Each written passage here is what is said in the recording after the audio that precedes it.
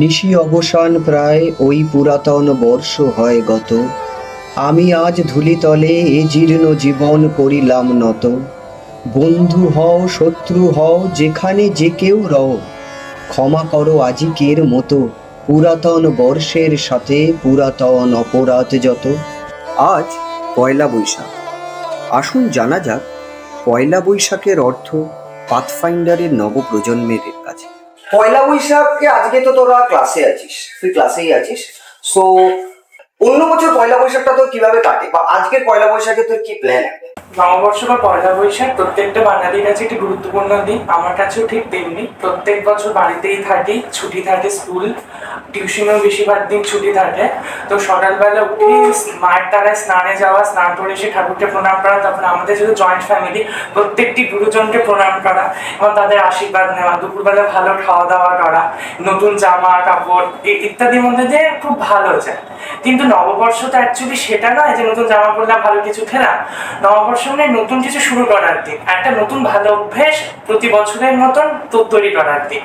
আগের বছর আমি তৈরি করেছিলাম বই পড়ার অভ্যেসটি। এবছর যেহেতু আমি এইখানে আছি, সেভাবে ওই নতুন জামা কাপড় বা খাওয়া দাওয়াটা না করতে পারলে ওই অভ্যেস তৈরি করারটা এবছরও আছে।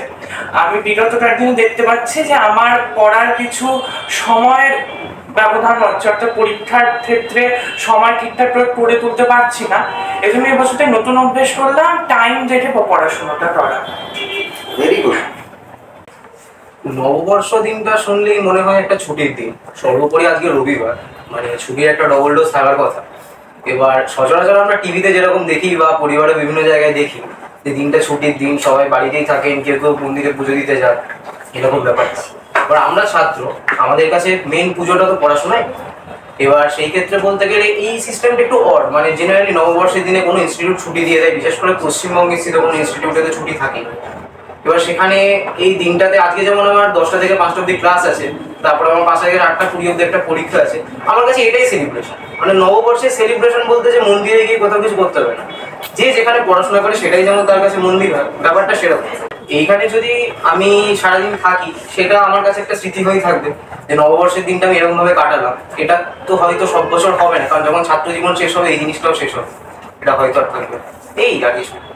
রবীন্দ্রনাথ ঠাকুর নোবেল পুরস্কার কিসের জন্য পান? গীতাঞ্জলি songs offerings যেটা ইংলিশে পাবলিশ হয়েছে। মানে গীতাঞ্জলি কি করেছিলেন উনি? গীতাঞ্জলি লেখার জন্য পেয়েছিলেন কি না? তাহলে এটা আমি ঠিক জানি না। আর কে জানিস ও ছাড়া? দেখি কাকে আমি ধরতে পারি। গীতাঞ্জলির ইংরেজি অনুবাদের জন্য উনি নোবেল পুরস্কার পেয়েছেন। Very good, very good. পয়লা বৈশাখে তো প্রত্যেকদিন বাড়িতেই থাকা হতো, প্রত্যেক বছর স্কুল ছুটি থাকতো। আলাদা একটা দিন, বছরের প্রথম দিন, খুব খুশি লাগতো, মজা লাগতো, ভালো খাওয়া দাওয়া হতো। তবে এবছর তো ছুটি নেই, এবছর পড়তে আসতে হয়েছে। ঠিক আছে, কোনো ব্যাপার নয়। নতুন বছর, ভালো করে পড়াশোনা করতে হবে, সবকিছু ভালো করে করতে হবে, এই আর কি। বেঙ্গল কেমিক্যাল কে প্রতিষ্ঠা করে?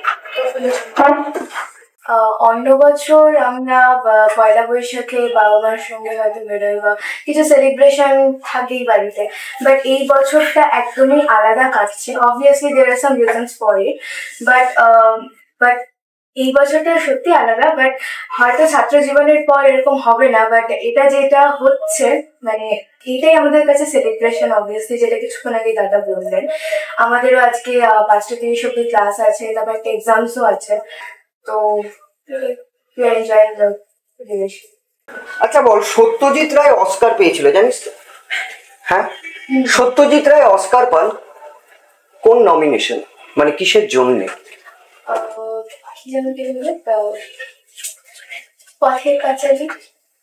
ওকে, এনিওয়ান এলস? বল।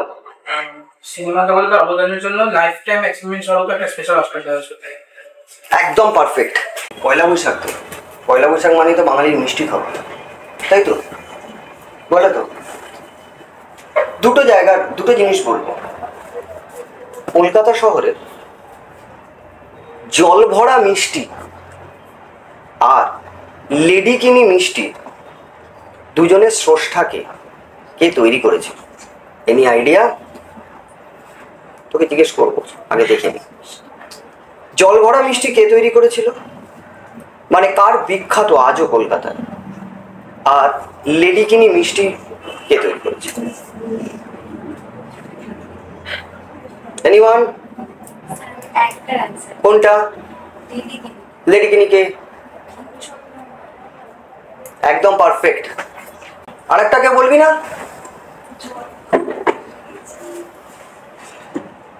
কলকাতা শহরে বিখ্যাত জল ভরা হচ্ছে, বলা হয় নকুরের জল ভরা, নকুর চন্দ্র দাসের জল ভরা মিষ্টি। ঠিক আছে, আচ্ছা তুই তো বললি লেডিকিনি, যদি কোশ্চেনটা নেই, বলতো লেডিকিনি মিষ্টিটার ইতিহাসটা কার নামে? লর্ড ক্যানিং। একদম। হাওড়া ব্রিজে, সবাই হাওড়া ব্রিজ পাস করি, তোরা তো করিস, হাওড়া ব্রিজের অরিজিনাল নাম কি?